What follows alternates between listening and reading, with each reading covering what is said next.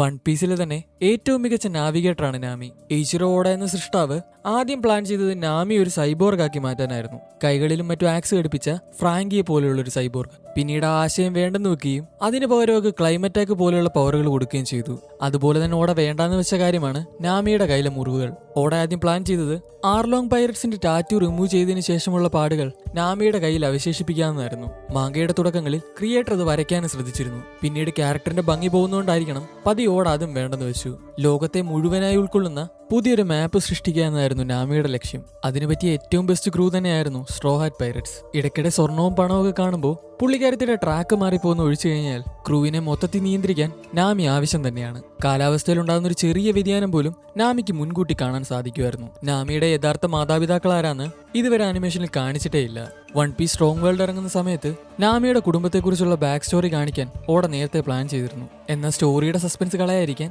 അത് ഒഴിവാക്കാനും പുള്ളി തീരുമാനിച്ചു. സോറോയും ലൂഫിയും സാഞ്ചിയും ആരുടെയെങ്കിലും മുന്നിൽ മുട്ടുകുത്തിയിട്ടുണ്ടെങ്കിൽ അത് നാമിയുടെ മുന്നിൽ മാത്രമാണ്. നാമി ഇഷ്ടമുള്ള നിങ്ങളുടെ ഫ്രണ്ടിന് ഈ വീഡിയോ അയച്ചു കൊടുക്കുക. ചാനലിൽ പുതിയാണെങ്കിൽ സബ് ചെയ്യുക.